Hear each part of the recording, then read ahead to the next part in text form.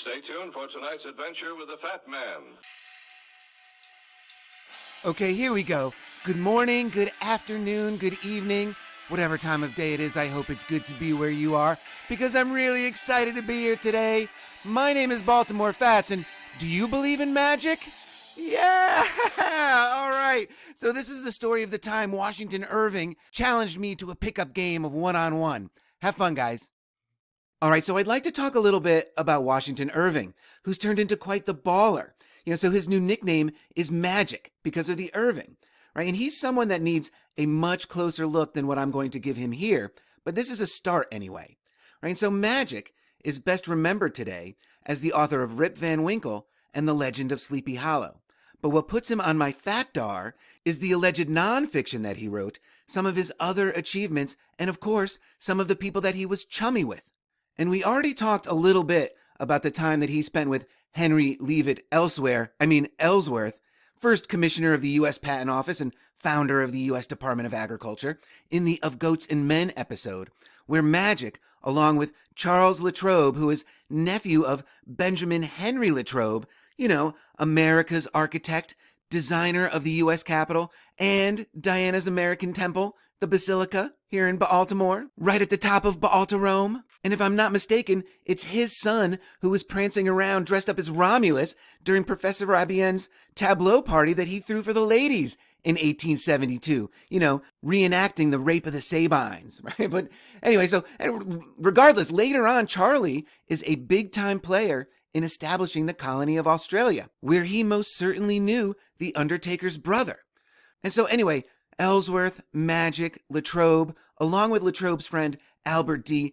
Portales is how I'm going to say that, right? And he was a Swiss nobleman and future diplomat. These four guys traveled deep into Indian Territory, into Arkansas and Oklahoma, as part of President Andrew Jackson's Commission on Indian Tribes, to help accelerate and facilitate Congress's passage of the Indian Removal Act of 1830, which, of course, upon reading this, I have to question just how much of what we know about the relocation of Native Americans comes from this mission, given Mud City's prism of false history, right? And seeing biographies of Christopher Columbus and the Spanish Moors, George Washington, and Mohammed, I have to wonder just how much of the false history is Washington Irving responsible for. And that he shows up in the story of the Juice, of course, just stoked my interest further. He's challenging me, right? So I needed to know more. And so here's a quick look at Washington Irving. Magic. Narrative shaper, right? So anyway, he was born in Manhattan, New York City on April 3rd, 1783. His father is ex-British Navy, who originally hailed from Orkney in Scotland, right? And so he sets himself up as a merchant in Manhattan because of course he does, right? And I have to wonder, did anyone ever buy anything back then? Because there certainly were plenty of merchants to go around, right? And so, but his mother, the Magic's mother was from Cornwall in England, which is really amazing, seeing how this whole thing kicked off with Sir Bevel Granville out of Cornwall and St. Talon's Church. And because Magic was born on the same week that New Yorkers learned of the ceasefire that ended the War for Independence, his mother chose to name him after General George Washington, which is kind of curious. Why would you ignore family naming traditions that could stretch back hundreds of years when you can just start a new one, I guess, right? But when Magic was 6 years old, he actually claims to have met George Washington and that G-Dubs, get this, blessed him, in quotes, right? An event that clearly changed his life. So much so that he had it memorialized in a watercolor painting that still hangs in his former home, which is, of course, a museum today. This guy is important enough to have his home preserved. Right? And all right, so where was I? Right.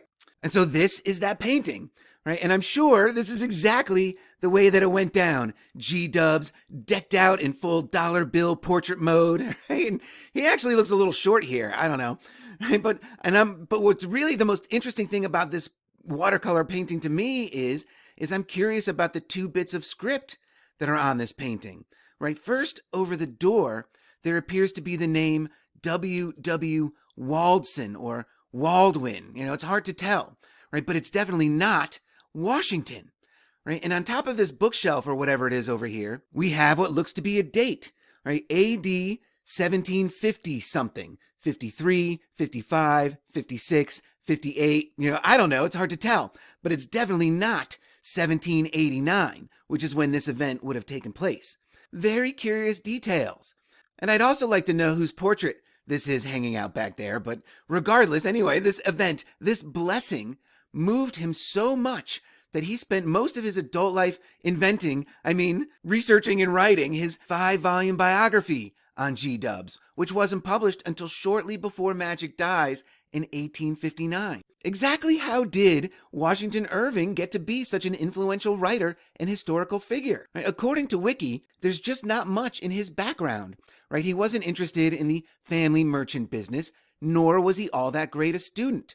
Right? But he had some interesting friends as a teenager, it turns out, right? His family merchant business must have had some influential partners or customers or something, right? Because when yellow fever hit Manhattan in 1798, his family sends him upstate to Tarryton, New York, to stay with his friend James Kirk Paulding, whose sister is married to one of Magic's older brothers. And James Kirk Spaulding would go on to be the 11th Secretary of the Navy.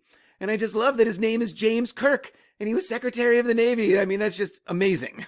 And he was actually a fairly successful writer in his own right, and interesting guy. I recommend reading up on him, right?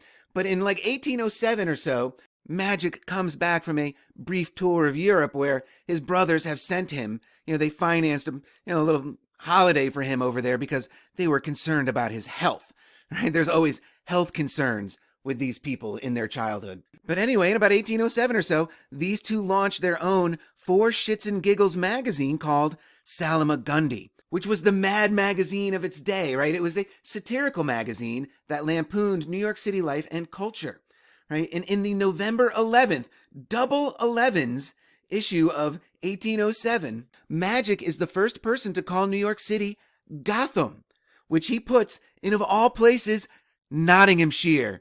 Nope, nothing to see here. And unbelievably enough, Irving and Paulding use pseudonyms putting out this magazine, right? They don't put their own names on it. And the pseudonyms that they use are Lancelot Langstaff and Will Wizard. All right, so with all this Arthurian stuff coming through, I don't think this is a coincidence at all, right? Especially Nottinghamshire as well. This is just really unbelievable, right? But they don't put this magazine out alone.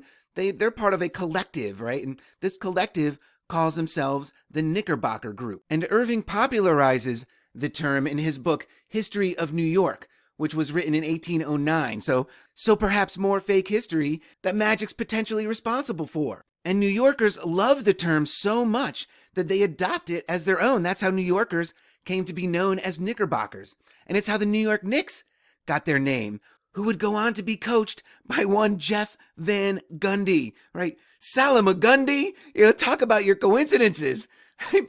But it's after these early successes that Magic's story really gets going, right? He becomes editor of Analectic magazine and is among the first to publish Francis Scott Key's Defense of Fort McHenry, or as we know it today, the Star-Spangled Banner. So, more Baltimore ties for Magic. But the War of 1812, in which he does serve, leaves his family's merchant business a shambles. And so after the war, he heads to England to try to raise enough money to bail out the family business, which he is unable to do, and the business has to file for bankruptcy. But instead of going home to help his family out in their time of need, he stays in England and in Europe for the next 17 years. And so now he's broke and living in England, and he needs a place to stay, right? So he calls upon his friend Walter Scott, who is a big-time Scottish writer and historian, fellow of the Scottish Royal and Antiquarian Societies, and someone who, he's got a really interesting story. I recommend reading his as well. And of course, Walter Scott is an admirer of Magic's, and he does Magic a solid by introducing him to publisher John Murray, and his fortunes start to change immediately.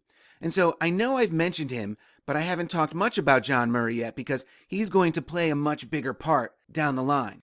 As mentioned, he's one of the Juice's publishers, right? And so now more closely connecting these two, perhaps, right? And it's Murray that publishes Irving's book, The Sketchbook, which contains the stories Rip Van Winkle and The Legend of Sleepy Hollow. And this book, of course, is an instant success, and it affords Magic the ability to travel Europe to write the follow-up. And throughout his travels, he's hosted by the top nobility and royalty wherever he's at. Right? I mean, it's just unbelievable. Not bad for a merchant's son. He's popular wherever he goes. Right? And when his friend Alexander Hill Everett writes to him in early 1826, inviting him to Madrid, where Alexander is holding office as America's minister to Spain, he readily accepts, because Alexander has offered him access to a massive library of books and manuscripts unseen by outsiders for like hundreds of years.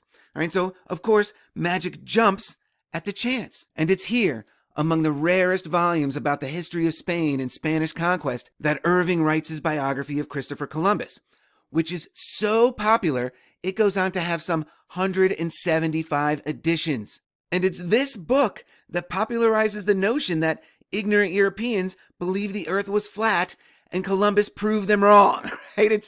It's magic that gets that ball rolling, I guess, right? Today, we would call this biography romantic history, or as I prefer, historical fiction.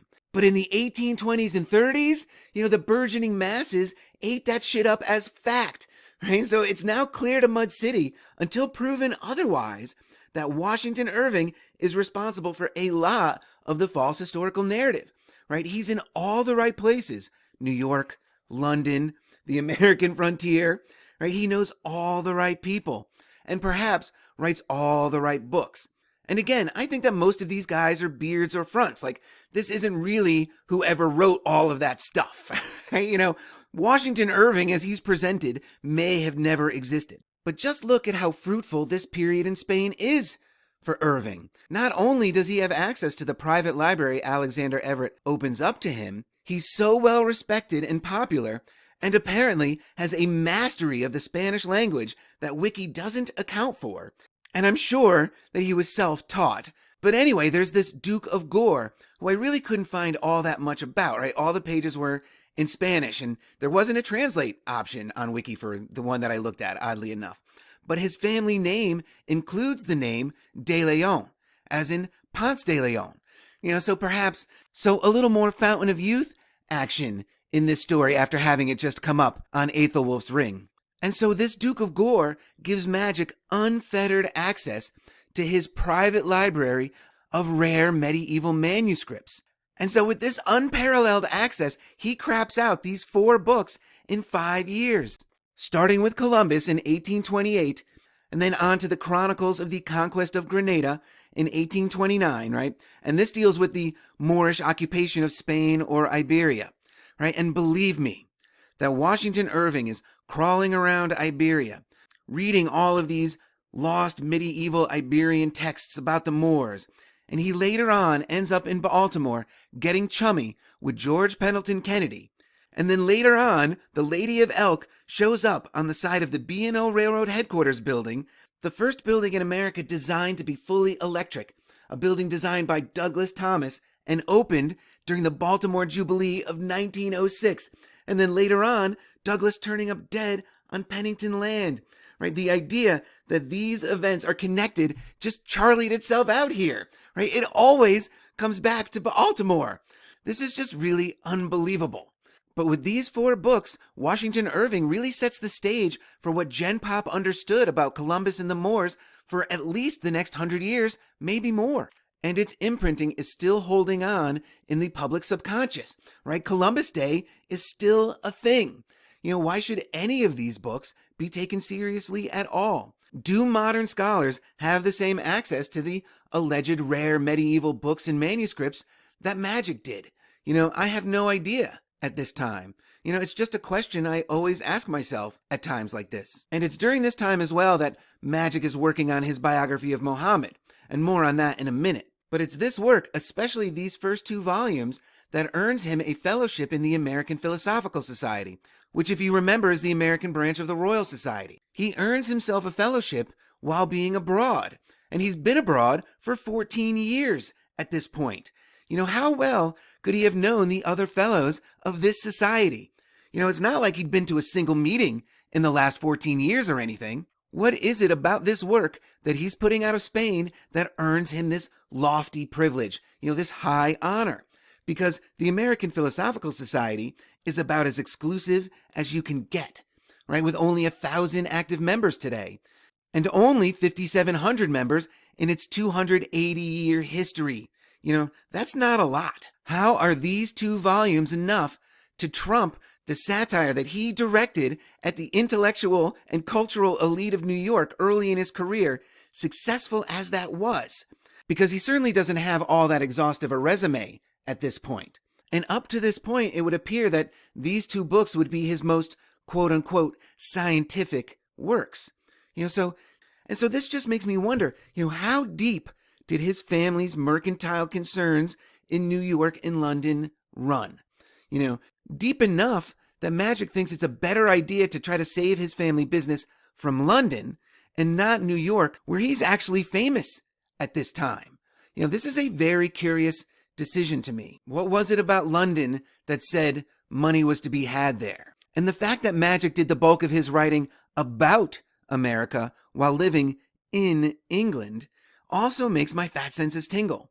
There's something not right about that either. But he does eventually return to America in 1832. But before he does, his last sort of acts, his last sort of mission, as Mud City spins it, over across the pond before he comes home, right? He serves as aide-de-camp to American minister in England, Louis McLean.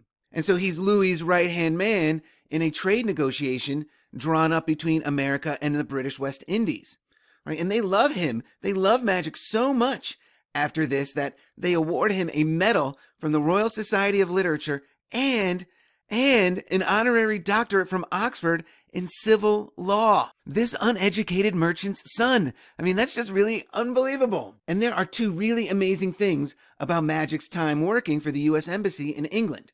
Right? One is that he was replaced by future President Martin Van Buren. Right? And the other is that his former boss's, Louis McLean's grandson, is none other than Robert McLean, mayor of Baltimore during the Baltimore Fire of 1904. Are you kidding me? Right? I told you it always comes back to Baltimore. Poor Robert McLean, suicided for not playing along, right? This connection is absolutely incredible to me. All right, so moving on, he comes back to the U.S. in 1832 and almost immediately hits the road with Ellsworth and Company. And when he gets done with that, he helps build the mythology of the Astor family. I told you, he just knows the right people. Right? But he isn't long for America because then President John Tyler appoints him American minister to Spain. And it's there he presumably finishes his biography of Muhammad. Because as I've questioned before, what sources was he using? How much of what Westerners know about Muhammad comes from this book? And again, I have no idea, right? That needs a lot of study. But Magic himself practically admits that the book shouldn't be taken seriously right in the preface. And so here we go with the preface. All right, so right from Jump Street in his preface, he starts off by saying, some apology may seem necessary for presenting a life of Muhammad at the present day, when no new fact can be added to those already known concerning him. And so he's apologizing for not offering anything new. Many years since, during a residence in Madrid, the author projected a series of writings illustrative of the domination of the Arabs in Spain. These were to be introduced by a sketch of the life of the founder of the Islam faith and the first mover of Arabian conquest. Most of the particulars for this were drawn from Spanish sources and from Gagnier's translation of the Arabian historian Abulfida, a copy of which the author found in the Jesuits' library of the convent of St. Isidro at Madrid. Right, so Magic was hanging with the Jesuits. No, Magic, no. Don't hang with them.